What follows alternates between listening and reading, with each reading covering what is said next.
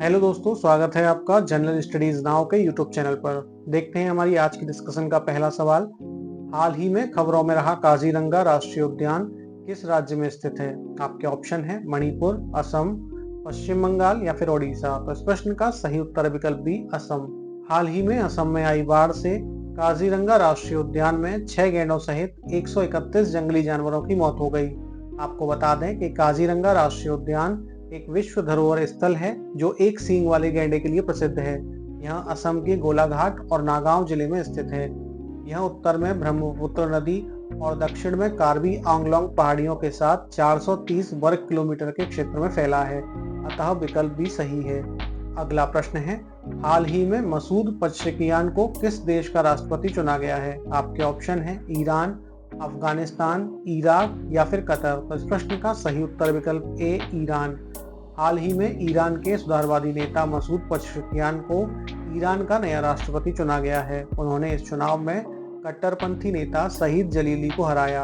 यह चुनाव मई में राष्ट्रपति इब्राहिम रईसी की हेलीकॉप्टर दुर्घटना में मौत के बाद आयोजित हुआ था, अतः विकल्प ए सही है। अगला प्रश्न है, सुप्रसिद्ध तीर्थ स्थल केदारनाथ धाम किस नदी के तट पर स्थित है? आपके ऑप्शन है यमुना, अलकनंदा, धौलीगंगा या फिर मंदाकिनी। तो इस प्रश्न का सही उत्तर विकल्प डी मंदाकिनी।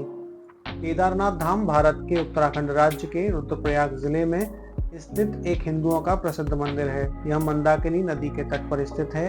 यह भारत के 12 ज्योतिर्लिंगों यानी कि भगवान शिव के दिव्य स्वरूपों में से एक है, अतः विकल्प डी सही है।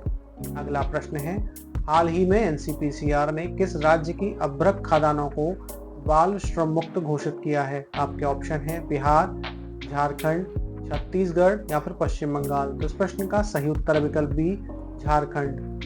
हाल ही में एनसीपीसीआर यानी कि राष्ट्रीय बाल अधिकार संरक्षण आयोग ने झारखंड की अभ्रक खदानों को बाल श्रम मुक्त घोषित किया।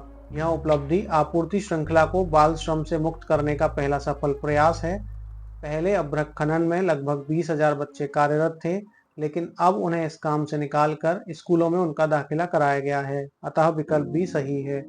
अगला प्रश्न है, हाल ही में खबरों में रहा कृष्णराज सागर बांध किस राज्य में स्थित है? आपके ऑप्शन है कर्नाटक, आंध्र प्रदेश, तेलंगाना या फिर महाराष्ट्र। तो इस प्रश्न का सही उत्तर विकल्प ए कर्नाटक। हाल ही में कृष्णराज सागर जलाशय ने 100 फीट का आंकड़ा पार कर लिया, जिसका अधिकतम स्तर लगभग 125 फीट है।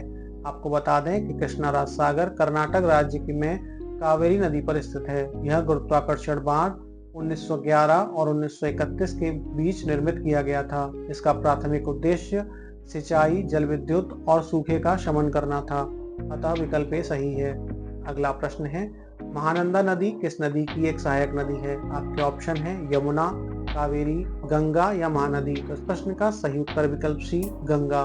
महानदी गंगा नदी की एक सहायक नदी है। इसका उद्गम पश्चिम बंगाल के दार्जिलिंग में हिमालय से होता है। यह नदी बिहार, पश्चिम बंगाल से होकर प्रवाहित होती है और फिर दक्षिण पूर्व की ओर आगे बढ़कर बांग्लादेश में गंगा में मिल जाती है, अतः विकल्प सी सही है।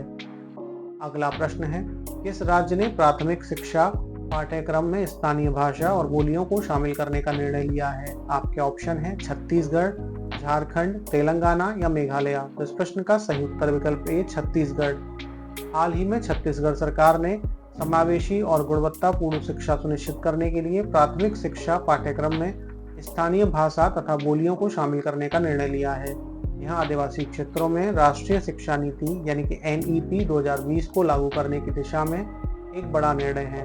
आपको बता दें कि NEP 2020 में त्रिभाषा सूत्र यह अनिवार्य करता है कि भारत में प्रत्येक छात्र को 3 भाषाएं सीखनी चाहिए, जिनमें से 2 मूल भारतीय भाषाएं होनी चाहिए, जिनमें एक क्षेत्रीय भाषा शामिल है और तीसरी अंग्रेजी, अतः विकल्प ए सही है।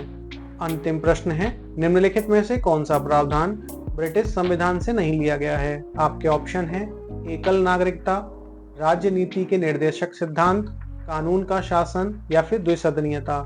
तो इस प्रश्न का सही उत्तर विकल्प बी राज्य नीति के निर्देशक सिद्धांत।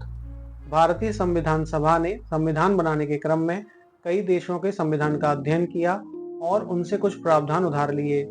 संसदीय सरकार, कानून का शासन, विधायी प्रक्रिया, एकल नागरिकता, कैबिनेट प्रणाली, विशेषाधिकार रिट, संसदीय विशेषाधिकार और द्विसदनीयता ब्रिटिश संविधान से अपनाए गए प्रावधान हैं। वहीं राज्य नीति के निर्देशक सिद्धांत आयरिश संविधान से लिए गए हैं, अतः विकल्प भी सही है। तो दोस्तों, आज के एपिसोड में इतना ही। मिलते हैं अगले एपिसोड में, तब तक के लिए धन्यवाद।